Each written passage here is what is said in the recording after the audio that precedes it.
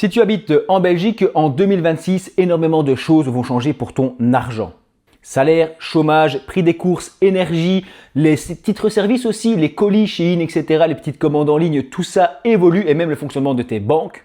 Évidemment, à la fin de cette vidéo, je te parlerai aussi de la taxe des plus-values puisque c'est une chaîne Goteco sur l'investissement en bourse en Belgique, mais je trouve que toutes les problématiques liées à l'argent, à l'éducation financière en général sont intéressantes et sont essentielles pour comprendre un petit peu et gérer nos budgets et savoir comment va être traité notre argent en Belgique dès l'année prochaine.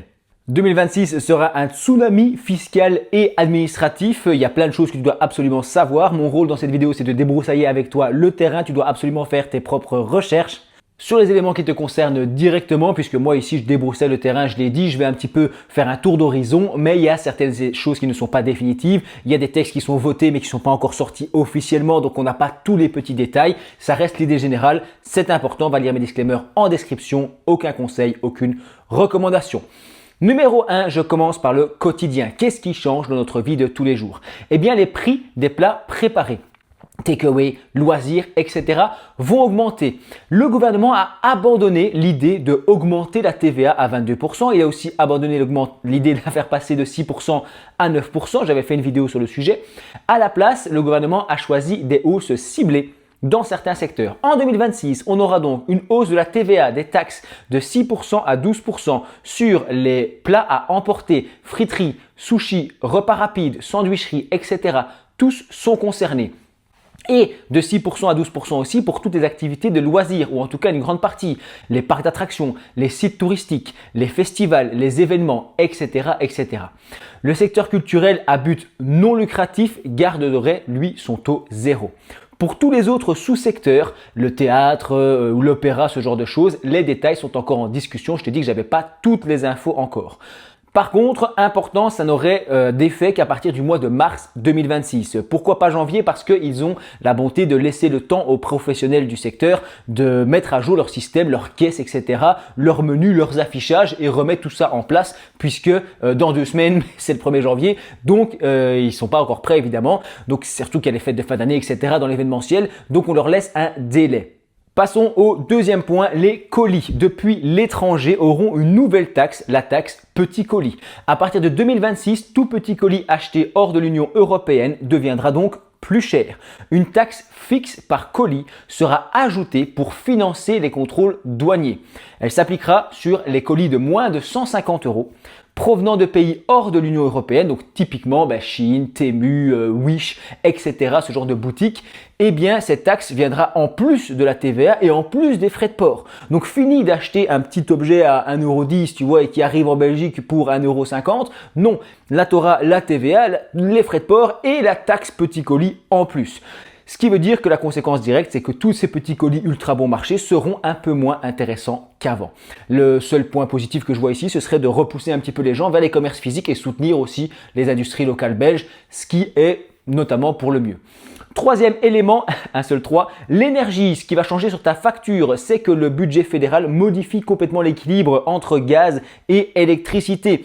À partir de 2026, les accises sur le gaz augmentent progressivement jusqu'en 2029. Les accises sur l'électricité, elles, diminuent de l'autre côté. L'idée va donc être de pousser les ménages à consommer moins de gaz et à isoler davantage leur logement et de passer plutôt à l'électrique. Pas besoin de grands chiffres complexes ici, tu comprends donc que ta facture de gaz va augmenter et que ta facture d'électricité baissera légèrement. Passons à mon 4e point sur les salaires, le chômage, les pensions et les règles du travail en général. Beaucoup de choses changent ici aussi. L'indexation est plafonnée pour les salaires les plus élevés. 2 moments clés, 2026 d'abord et puis 2028. Au-dessus de certains seuils, c'est-à-dire 2 000 €, c'est ça, pour certaines allocations et pensions, ce genre de choses, et 4 000 € pour la plupart des gens pour le salaire brut. L'indexation ne se fera plus en pourcentage mais en centimes.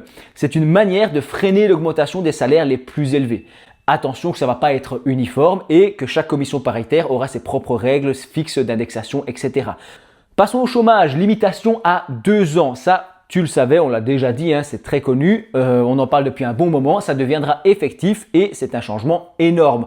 On parle à partir du 1er janvier 2026 d'une limitation dans le temps des allocations de chômage et les chiffres sont impressionnants.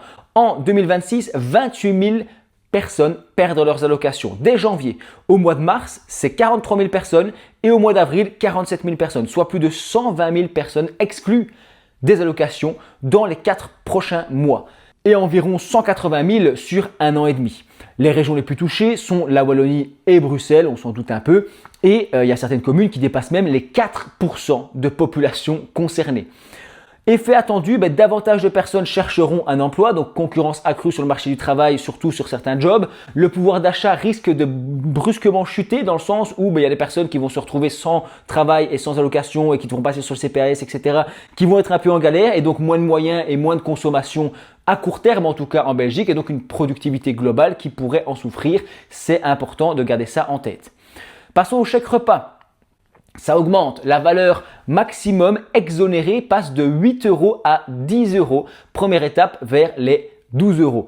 Attention, la part employeur doit donc être au maximum de 8,91 € et la part travailleur doit être d'au moins 1,09 €. Tu ne recevras donc pas automatiquement 10 €. Il faudra que ton employeur adapte le système pour ces nouveaux tickets. La réforme des pensions maintenant. Malus reporté et bonus maintenu. Enfin, des nouvelles un peu plus intéressantes. Le malus pension ici, donc la réduction de pension si tu pars trop tôt, c'est de ça qu'on parle, était censé entrer en vigueur dès 2026. Finalement, ce sera reporté en 2027, de ce que j'ai pu lire dans les médias belges. Donc ça, c'est plutôt une bonne nouvelle. Le principe reste le même. Pour éviter ce malus pension et perdre donc plusieurs centaines d'euros sur sa pension, il faudra 35 ans de carrière, au moins 156 jours travaillés par an et au total plus de 7020 jours sur sa carrière au final au total. Bonne nouvelle, les jours de maladie seront assimilés à des jours prestés, ce qui évite aussi à beaucoup de personnes de se retrouver injustement sanctionnées si tu as une grande maladie. Tu gagneras donc un supplément de pension si tu travailles au-delà de 66 ans. Puis de 67 ans en 2030.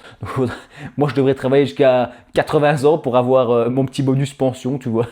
En pratique, ceux qui ont une carrière pleine ne sont pas tellement affectés ici et ceux qui ont des années creuses ou qui ont eu des années creuses par le passé, du temps partiel, des grosses interruptions de carrière, pourraient perdre plusieurs centaines d'euros ici par mois. Passons au logement, c'est un gros point ici.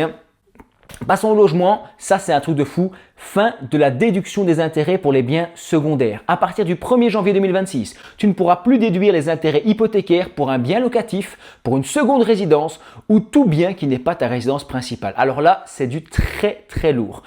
Même si tu as signé un crédit il y a 3 ans, 5 ans, 10 ans, la déduction apparemment disparaît. Ou alors dites-moi si j'ai tort en commentaire, mais de ce que j'ai vu, c'est disparu.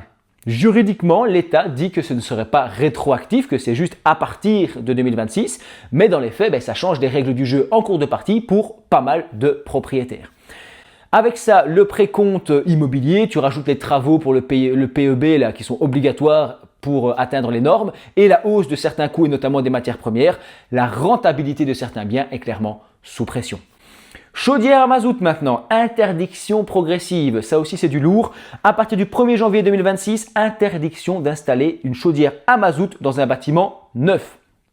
Ensuite, à partir du 1er janvier 2027, interdiction dans les bâtiments rénovés profondément. Profondément, qu'est-ce que ça veut dire? C'est des grosses restaurations, tu vois. Et dans tous les bâtiments où le gaz naturel est disponible, l'installation ou le remplacement d'une chaudière au mazout sera interdite. Les chaudières existantes, je vais y arriver, peuvent continuer à fonctionner. Donc si tu as déjà une chaudière à mazout, tu peux la conserver, mais tu comprends très clairement ici que le gouvernement nous pousse vers un autre système de chauffage. Titre service maintenant. Il faut vraiment que je mette un chapitrage dans ma vidéo. Titre service, grosse augmentation. Donc dès 2026, on aura le prix des 300 premiers titres service à 11,40 € au lieu de 10,20 €. Les 200 suivants seraient à 14 € au lieu de 12,40 €. Donc là aussi, on a de l'augmentation. En plus, la réduction d'impôt est supprimée. Donc les entreprises pourront aussi facturer des frais complémentaires à condition de justifier ces frais. Donc l'impact estimé ici, c'est environ 375 € de coûts supplémentaires par utilisateur en moyenne. C'est la donnée que tu dois retenir.